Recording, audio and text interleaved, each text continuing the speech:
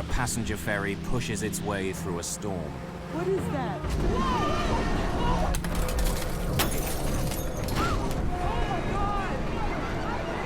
Within sight of land, this Greek island's ferry is sinking in high winds and stormy seas. There was a hole, and it was going to sink, and it was going to sink fast. A huge rescue operation kicks in. Rescuers must risk their own lives. I never want to be in that situation ever again, because it was terrifying. But I had enough time to think, okay, well, this is the part where I die. It was like a catastrophe. It was as if it was coming the end of the world for this island. For the people of Greece, it's a national disaster, the worst of its kind in 30 years. Discovering why it happened will take months of detective work and raise this question: how safe are the ships we sail on?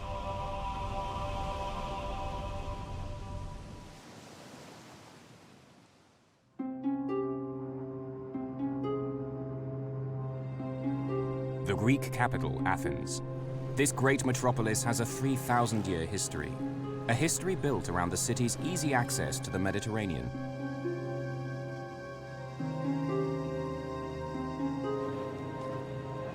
The harbour district of Athens is called Piraeus.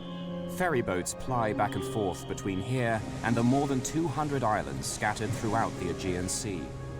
For island hoppers, this is where the adventure begins.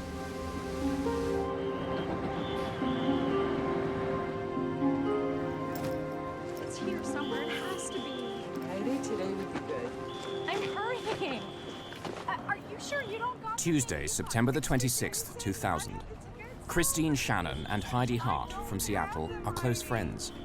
They've bought tickets for a ferry ride to the island of Paros, 166 kilometers to the southeast.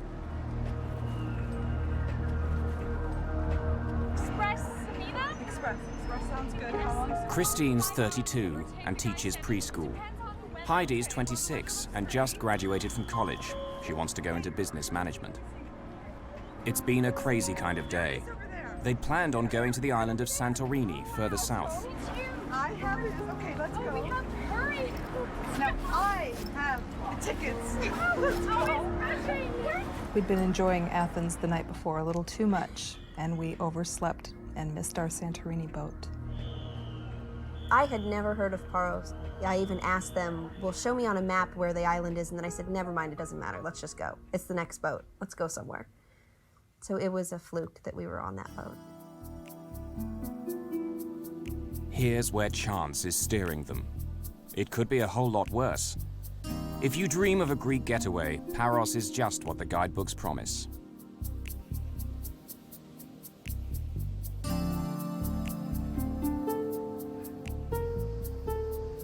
Life is laid back, and the backdrop is enchanting. Around 12,000 people live on Paros year-round.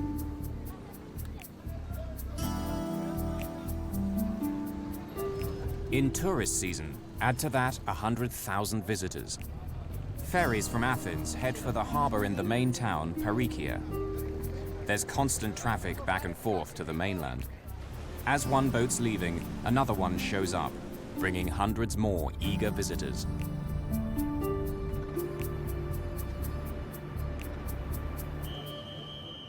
Christine and Heidi are among 472 passengers who board the Samina today.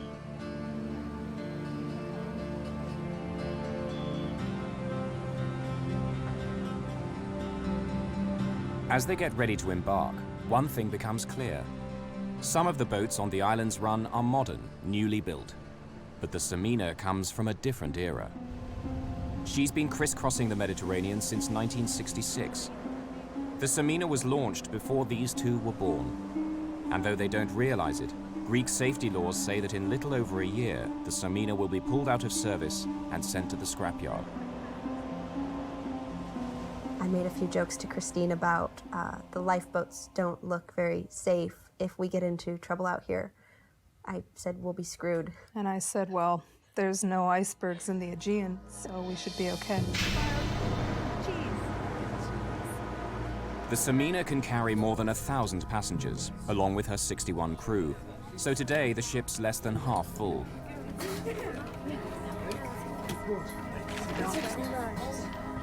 Katrina Stark and her cousin Sarah Davis, both from New Zealand, are backpacking. Like Heidi and Christine, they're literally sailing into the unknown. Paros. We had no plans. We went to get on the very first ferry that was leaving, going wherever it was going to take us, and that happened to be first stop Paros. At 7:15, 2 hours into the journey, the sun is setting. There are still 3 hours to kill before the Samina arrives.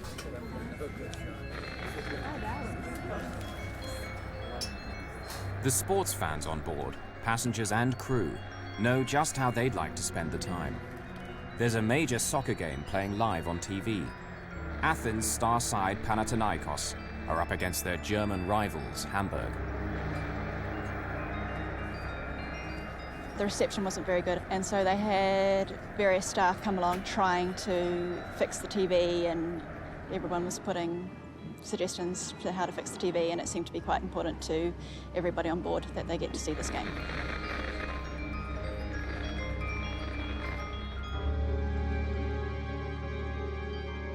At 8 p.m., the Samina passes the island of Kithnos. They're on schedule to reach Paros at around 10:15. The wind is rising, the sea is growing rougher, but these northerly winds, known as the Meltemi, are frequent at this time of year. The Samina has weathered conditions much worse than this over the past 3 decades. I'm gonna take a nap. Heidi and Christine are the only people left outside. They think their tickets don't allow them to go in. Wake me when we're there. I said, we have third-class tickets. We have to stay out on the deck. It's going to be a cold, wet, terrible night. But I didn't even think to go downstairs where most of the people on the boat were. For the crew of the Samina, the nighttime journey is routine. Hazards such as reefs and rocks are all clearly marked on their charts. Many have warning lights. 2 jagged outcrops rise from the sea within sight of the main harbor on Paros, Perikia Bay. Known as the Portes, or the Gates, they lie 5.5 kilometers from the town. For every mariner sailing these waters, the Gates of Paros are a familiar landmark. They're welcoming, but dangerous too.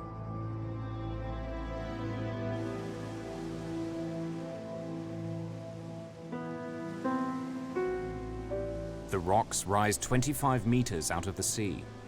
Every passing ship must give them a wide clearance. At night, a beacon light on the taller of the 2 rocks sends a clear warning to sailors. Stray too close to the Gates of Paros, and disaster will follow.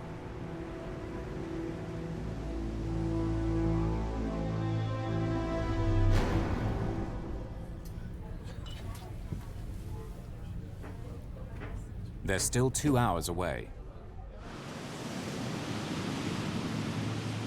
But they're sailing into a growing storm.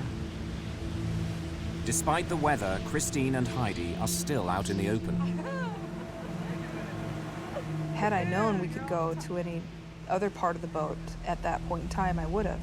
But I didn't know, and actually being in that part of the boat, I think, was very fortuitous for us because we were able to be aware of what was going on later. Being out on the deck will help save their lives. Soon, everyone aboard will be fighting for survival.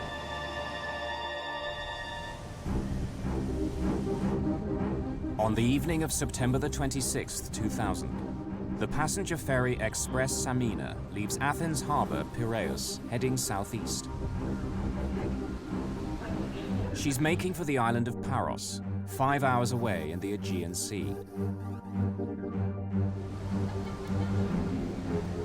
As the sun sets, the weather deteriorates until by nightfall the ship is being buffeted by a northerly gale. But the crew are used to such conditions. Their ship is big enough, tough enough to survive far worse. The Samina is 115 meters long, more than a soccer field, and 18 meters wide. Passengers are widely dispersed. Heidi and Christine are out on the open deck. Katrina and Sarah are inside the main passenger lounge. The nerve center is here, the engine room. It's below the waterline, but is protected by a series of watertight doors. The crew need to move about, but the ship is safe so long as they lock the doors tight behind them.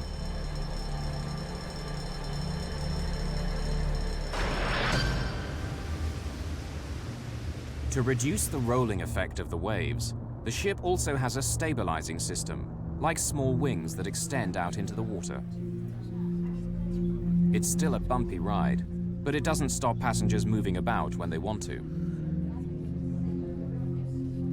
As we got further away and night began to fall, the seas got rougher and it became stormy until it got to the point where you couldn't even walk on board. You had to kind of stumble sideways. People were kind of laughing. It was kind of funny at the time.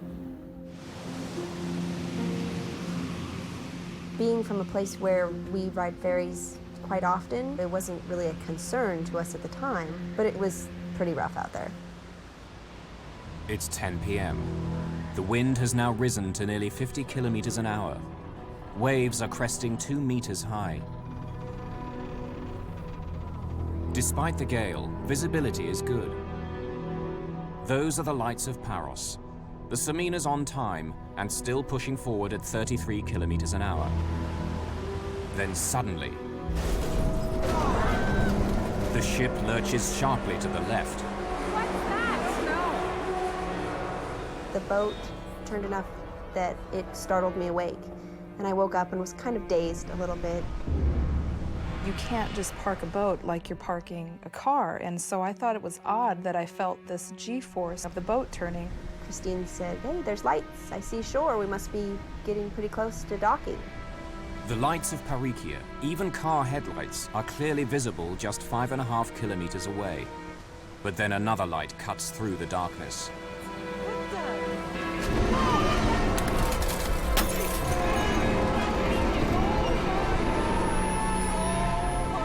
This rock just comes out of nowhere, just out of the black night. And I'll never forget what it looks like in my mind. It was, you know, this brown, kind of craggly, sandish looking rock that had lights on top of it shining down so it illuminated it. And it made it look like a movie set. The side of the boat scraped along the side. I could have walked over and touched it. And you could hear down in the lower decks of the boat that the metal was just ripping apart. The unthinkable has happened. The Samina has crashed against the gates of Paros. 1 million kilos of ship grind against the rocks. It was the worst sound, and it was the loudest sound I've ever heard in my life. It sounded like fingernails on a chalkboard, just God's fingernail on the biggest chalkboard in the world. There was a hole, and it was gonna sink, and it was gonna sink fast. The shock wave reverberates through the ship. Suddenly there was a big lurch to the right side of the boat, and people who were standing up got thrown off their feet. Everything in the bar smashed. I looked out the window and there were 2 large rocks went past that looked white, lit up by the light inside the ship. I don't know what that was. Oh, man, it just doesn't sound good, you know? In a situation like this, the time frame is so hard to put back together. But it seemed like maybe a minute or two until the boat started to noticeably lilt to the side and tip. And that's kind of when the chaos started.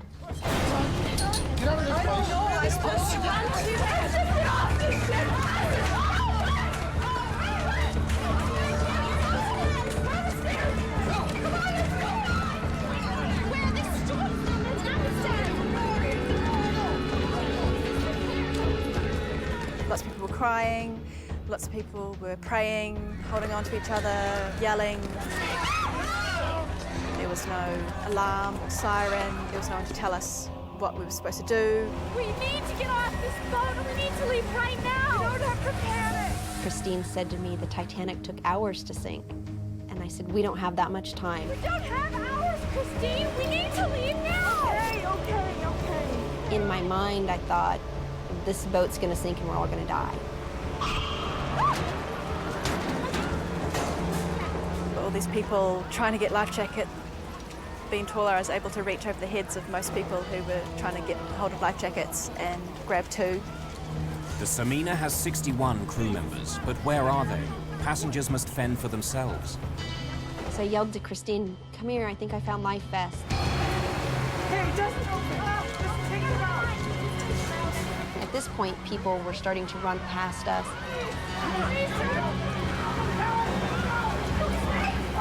And I was saying, "Here, take these," and throwing them out, and people were just panicking.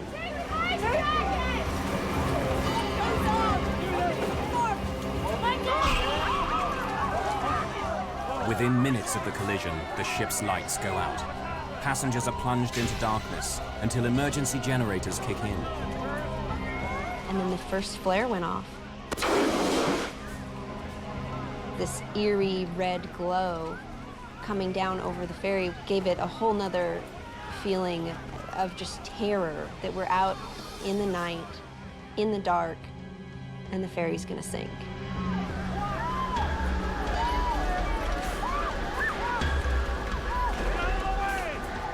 At the harbour, port officials are now aware of the developing crisis. Port Authority Vice Commander Dimitrios Malamas starts to organize a rescue. He needs all available boats right now. What vessels do we have in the area? Alexis Bisbas runs a yacht charter business in Paros. The first I heard of the disaster was a phone call that I got from the port police at about 10:15. Can I get out there with my boat as quickly as possible just to help with whatever might be necessary? And there was no way that we had any idea that it was going to be a disaster of that magnitude. Paros has a medical center equipped for the islanders' basic needs, not a major disaster. Dr. John Polyzoides was an ER surgeon for 35 years. Though retired, he helps run the center. We saw the ship was going down, and there were a lot of boats and lights and so on. I personally did not expect anything tragic to come out of that because we were so close also to the harbor. Aboard the Samina, many of the 472 passengers are in a state of sheer terror. It was chaos. It was people not knowing what to do and waiting for a captain or a crew to help us. There was a woman who went through the door just before us, and she, as soon as she got out onto the deck, she climbed over the railings and just jumped off, like didn't look back or didn't say anything to anybody, and just climbed over and threw herself off into the water. There was people holding children over the railings, wanting to throw them down to people in the water. It was quite a terrible scene. The wind hampers efforts to abandon ship. They were releasing inflatable life rafts. They weren't attached to the ship, so as soon as it was released, it was in a big storm, it would get picked up by the wind as soon as it was inflated, and they were just blowing halfway to Athens. The rafts blow beyond the reach of many passengers who've already leapt into the sea. In the confusion, Heidi Hart is knocked flying, striking her head. I kept thinking, if I black out now, I'm done for. This boat's sinking. I have to stay conscious. I had this adrenaline rush, and there was, a feeling that I would call terror. I knew instantly this was going to be a fight for our lives. There was some point in time where I literally felt myself leave my body and instincts kicked in. Everybody was running to the rear of the boat, and Christine just looked at me and said, "Go that way, to the front of the boat." And she said, "But nobody's up there." It was the darkest part of the boat. It was the highest part of the boat. She said, "Nobody's up there." I said, "I don't care, go." And luckily for us, that's where we found a lifeboat hanging over the side of the ship.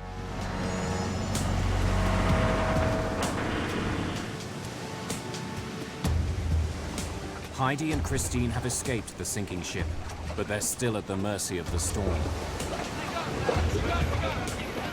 When we jumped into the lifeboat, it wasn't orderly, here's your seat. It was jump. Where you land is where you are, and so we were just kind of all pig-piled in this lifeboat together. The battle for survival takes an ugly turn. Each passenger must decide, help others or fend for themselves. There was 5 or 6 men in the back of the boat, and they were fighting with each other. They were yelling at each other. As the ferry was sinking, they kept pointing at the ferry and fighting with each other. And then, you know, this is when I see the guy swimming up to the boat, and so I started getting ready. I'm thinking, okay, I need a rope. I gotta throw him something. He has no life vest on.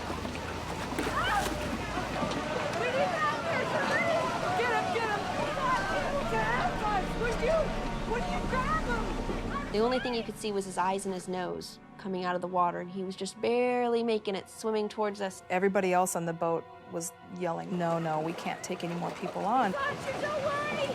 I've got you! Now Heidi leaned over and grabbed this gentleman's hand, and I reached over and grabbed her by the waist, and she told me, I'm not letting go, and I yelled to the other people, she's not letting go.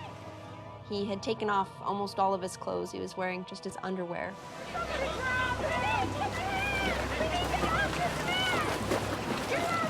I mean, I'm not a very big person. I'm 5 feet tall. Just me trying to pull him in the boat wasn't gonna work. The men in the lifeboat realize that Heidi won't let go and finally help haul the drowning man on board. I don't know what they were thinking. They were panicking. So, I mean, who am I to judge what other people were thinking and doing? But there was a lot more that could have been done that night. Of the 533 people who set out on the Samina, many are now in the sea. Others are still trapped on the vessel itself. The ship begins to roll over. If it goes down, dozens of people will be dragged down with it.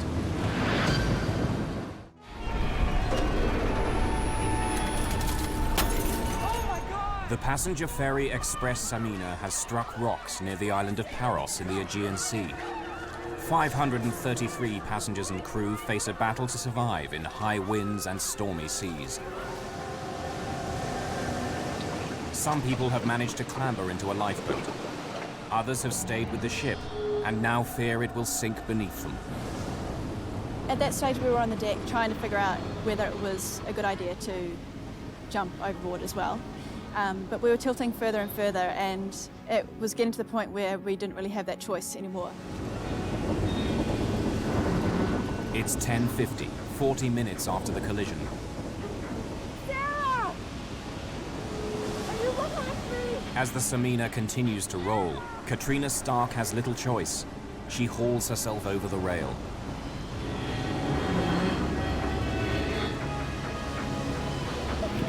The ship has turned completely on its side. Katrina is sitting on the hull. Should she try to swim for shore or wait for rescue? While I was sitting there thinking about that, all of a sudden the ship just sank underneath us and sucked us down and everything around it. I don't know how much time we were under the water, but I had enough time to think, okay, well, this is the part where I die. This is the part where I drown. I kind of thought, well, okay, that's fine, and had enough time to be okay with that. Just as we got there, we saw the ferry sinking, which was an extreme sight. And to see this entire ship sink beneath the waves and to be gone and just leave us in our little lifeboat, it was amazing. It was almost beautiful in a sad sort of way. And then complete blackness, darkness, huge waves.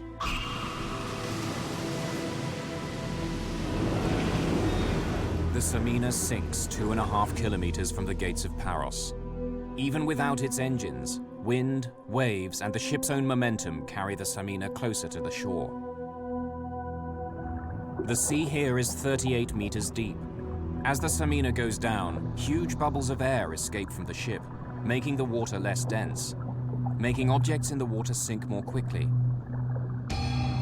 Katrina Stark sinks several meters before the buoyancy of her life jacket pulls her up again. As suddenly as I had been sucked under, suddenly I popped out the top. Her priority now is to find her cousin, Sarah. In the storm, she can't tell where she is. The waves were so big that for 1 second it sounded like she was over there, and so I tried to swim that way, and then the next second it sounded like, oh, she's over there. I tried to swim that way. Sarah! Sarah! I can hear you, but I can't see you! Sarah! Sarah! Eventually I just said to her, okay, make sure that you get on a boat and get back to land, and I will see you back on shore.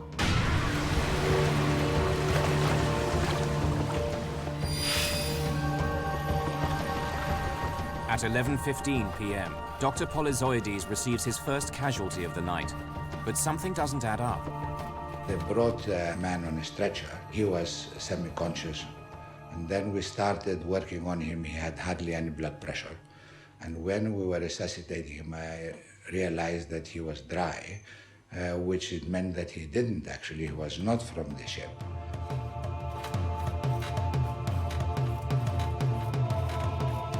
Anyway, we carried on. Eventually we lost him. He died in our hands. And then people came and he said, you know who it was? And I said, no. His patient isn't from the Samina, but the disaster still claims its first victim. The man is Dimitrios Malamas, who'd been helping organize the rescue. In the crisis, he'd suffered a heart attack. He was 40 years old. So you can understand, even at this early stage, although we did not know the number of people that were going to lose, there was that sense of tragedy immediately from the very beginning.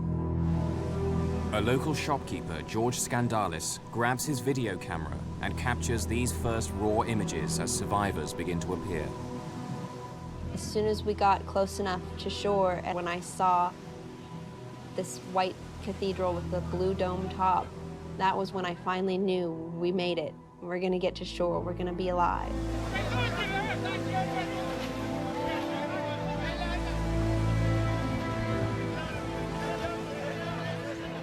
I felt more alive than I've ever felt in my life.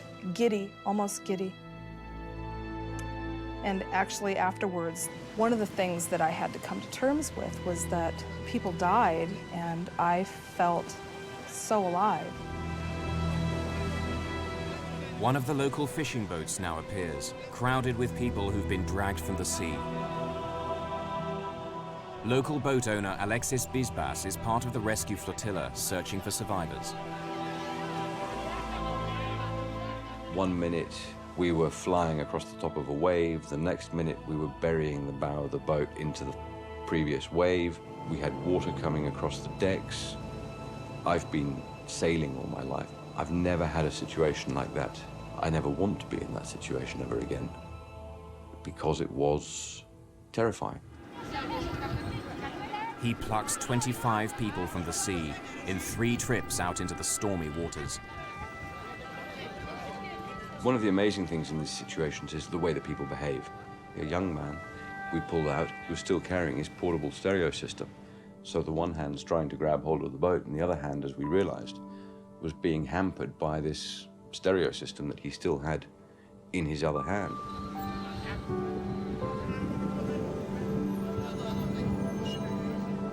One of them was an old lady who had tied to her life jacket her bag.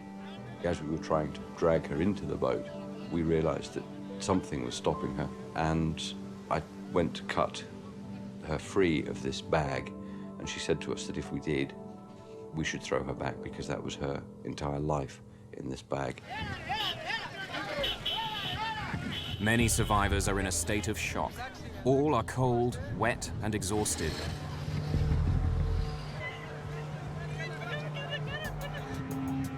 Just a few hundred meters away, dozens of people are still in the water, trying to stay alive until they're spotted by a rescue boat.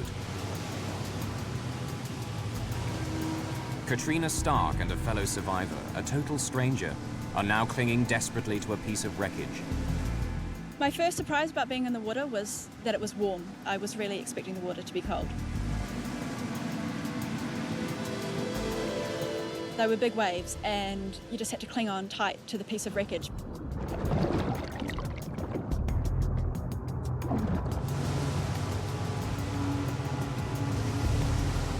Not too far away from us was an older Greek woman who couldn't swim.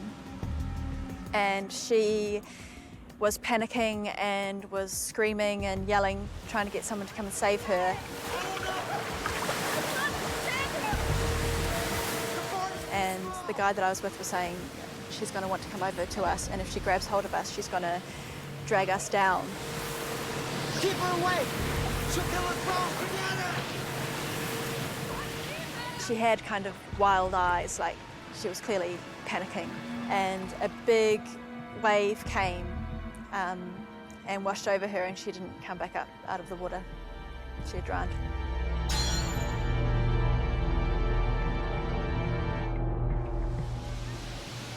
There are still some signs of hope. Some people have been pushed south by the wind. Miraculously avoiding being smashed onto the rocks, they've wound up on a sandy beach, the Bay of St. Irene. A life raft beaches in the same spot.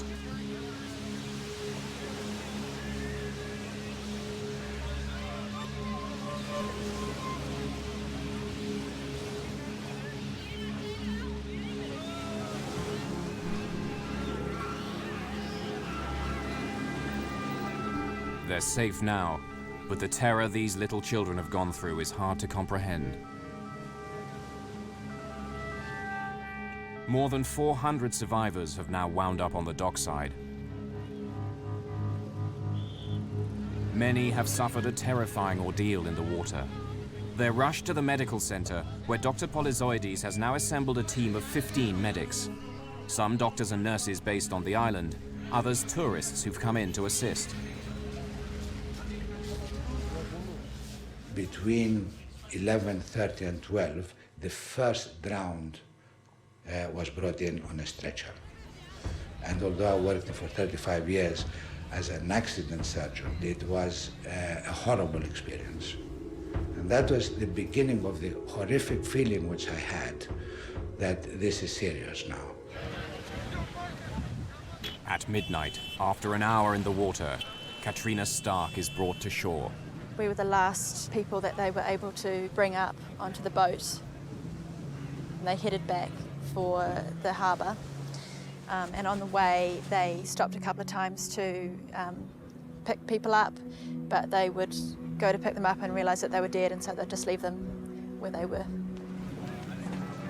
Katrina doesn't know if her cousin made it. Sarah? Katrina? I was just never been so happy to see anybody in my whole life.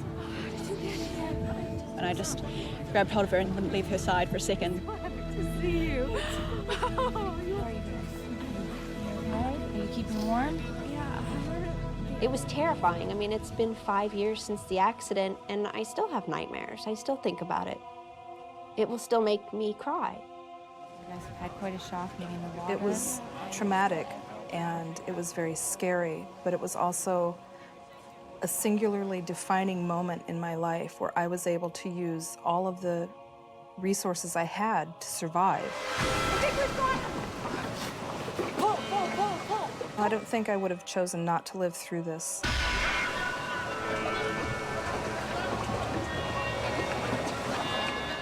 At midnight, more than 2 hours after the collision, the rescue operation is becoming more and more a search for bodies.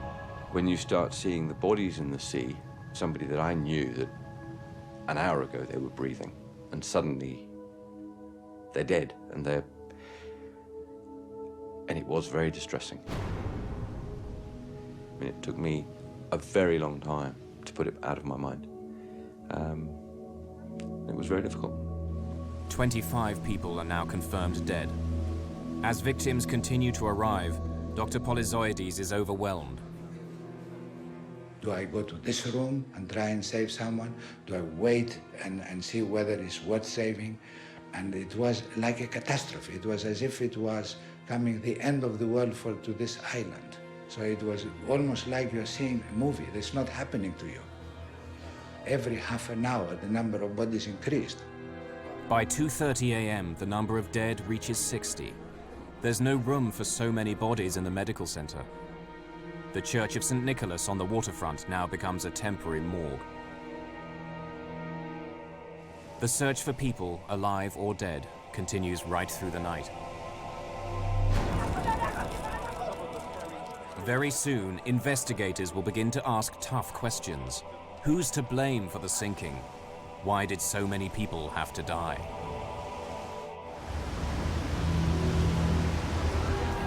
The passenger ferry express Samina has sunk in a storm in the Aegean Sea.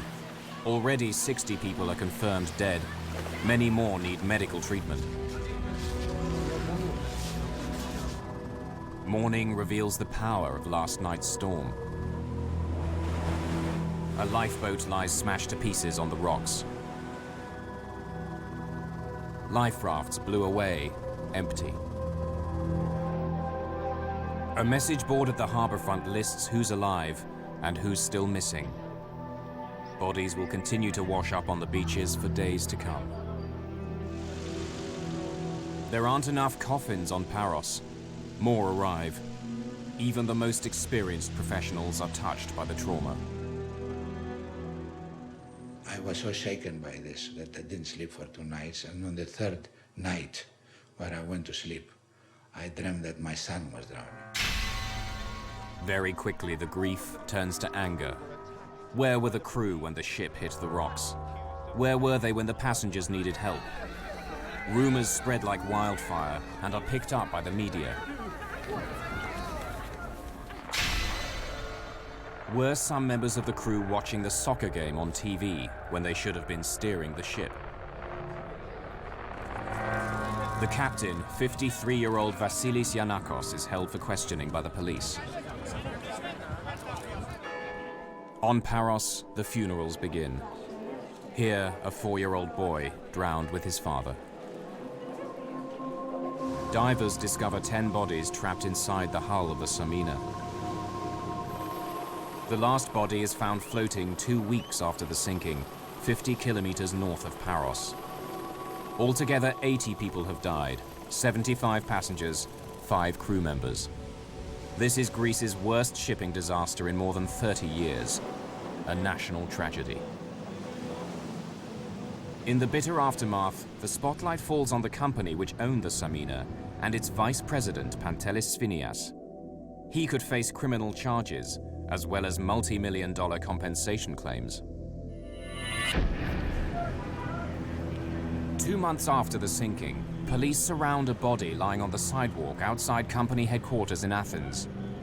Sphinias has jumped out of his 6th floor window, committing suicide.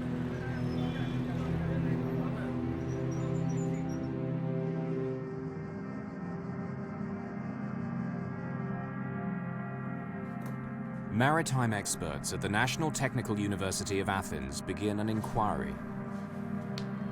Detailed testimony is gathered from 46 crew members, as well as 192 passengers. The Greek legal authorities want the university to give them a thorough explanation of what happened.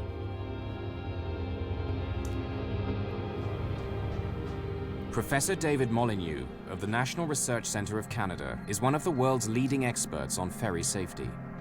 He's studied the findings of the Greek investigators, who came up with a startling realization.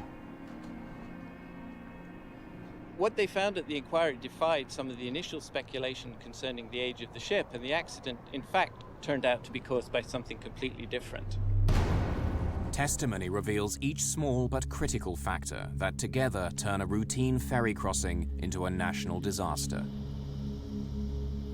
3 hours into the journey, the crew switch on the ship's autopilot. The autopilot is an electronic link between the compass and the rudder, correcting the rudder a little bit one way or the other to bring you back where you want to be. Even on autopilot, a crew member should constantly monitor the ship's position.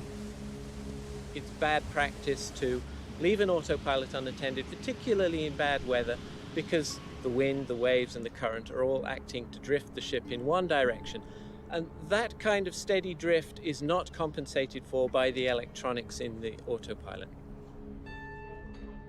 As the weather grows worse, the crew deploy the ship's stabilizer system to make the ride more comfortable for the passengers. The stabilizer uses 2 small fins to counteract the roll of the ship.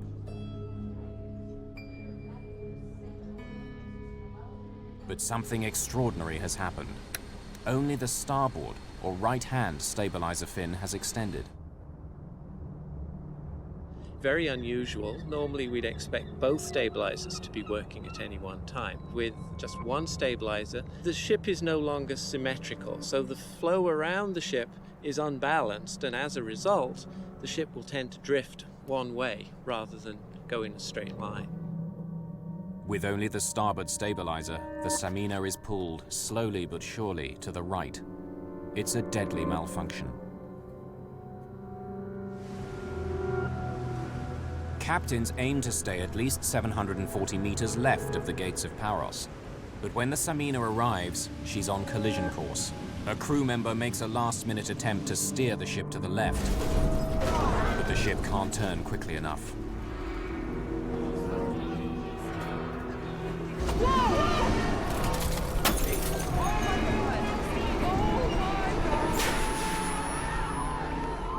It was very unfortunate the ship got hold, but there was really no reason why the ship should have sank.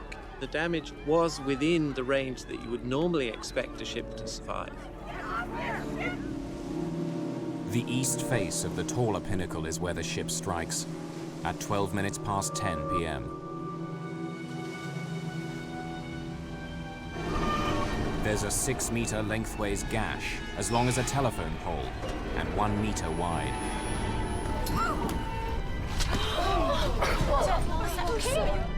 But this hole is well above the waterline. No water should enter the ship.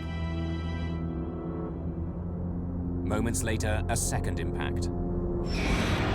The stabilizer fin bends backwards. It stabs like a dagger through the ship's side. This 3-meter gash is below the waterline. Even worse, it's exactly alongside the engine room. The main generators are knocked out.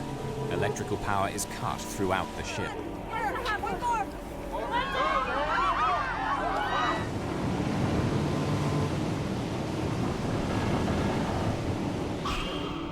The investigating team orders divers to make a detailed survey of the wreck of the Samina.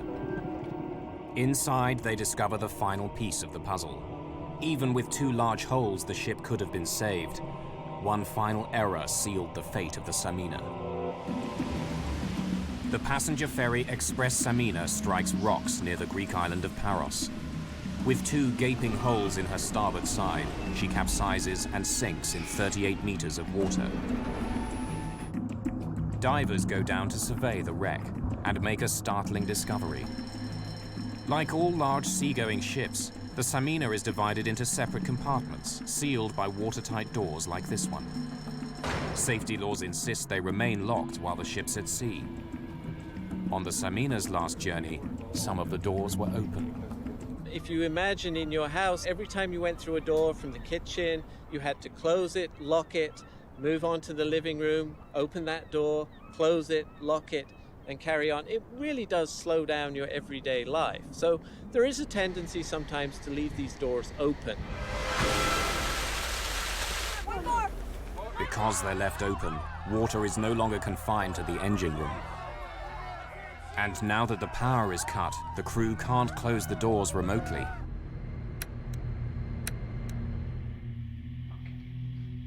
"29 of the crew are called back for a second grilling by investigators.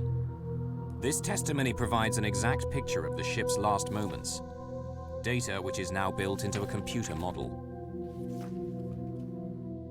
At 10:15, 3 minutes after the collision, the ship is listing only 5 degrees to the right, but filling fast through that hole in the engine room. By 10:25, she's listing 14 degrees. Now the 6-meter gash, which was above the waterline, is exposed to the sea. This is the point where the Samina and 80 of those on board are doomed. The ship can't withstand this degree of damage. The Samina is what's called a ro-ro ferry. It stands for roll on, roll off. This is a modern ro-ro ship. Vehicles simply reverse in through the stern doors and then drive out at their destination. It's a cost-effective design with a potentially fatal flaw. The worst shipping disasters in recent times have involved vessels designed this way. The Herald of Free Enterprise went down with the loss of 193 lives at Zeebrugge in Belgium in 1987. 850 were drowned aboard the ro-ro ferry Estonia in the Baltic Sea in 1994. Unlike a cruise ship or a cargo vessel, which are divided into many smaller compartments, the vehicle deck of a ro-ro ship is one large open area, highly vulnerable to rapid flooding. Imagine comparing flooding an egg box with flooding just an empty cardboard shoebox. The shoebox would tend to fill up very, very quickly, whereas an egg box would tend to fill up each compartment at a time, and so the egg box would stay afloat, whereas the shoebox wouldn't. This open space is especially vulnerable because it's so close to the waterline. The car deck on a ro-ro ferry is low to make driving the vehicles on and off easy. As a result, you're relying on those watertight compartments to keep the ship afloat in the event of damage. By 10:29, the Samina is listing 23 degrees. She's now tilting so much that it's impossible to launch more lifeboats. Only 3 of the 8 she carried got away. 3 minutes later, at 10:32, she's listing 33 degrees. At around 10:50, the ship turns completely on her side. We know the exact time that the ship sank because the clock on the bridge was stopped at 2 minutes past 11. Divers surveying the wreck make their most important discovery. Of the ship's 11 watertight doors, 9 were left open. And the most important aspect of this accident was leaving the watertight doors open. As a result, the ship flooded, lost all its reserve of buoyancy, and eventually sank. If the doors had been locked, despite the navigational error which put the ship on the rocks, despite the hole in the engine room, this would probably have been a survivable accident.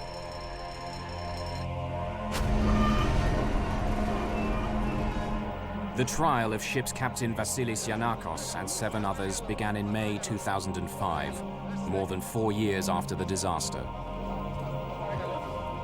The sinking of the Samina led to safety improvements. Greece cut the maximum working life of passenger ferries from 35 to 30 years. The tragedy also helped speed the introduction of voyage recorders, like an airplane black box. They're now mandatory in all passenger ferries. Some good came out of bad.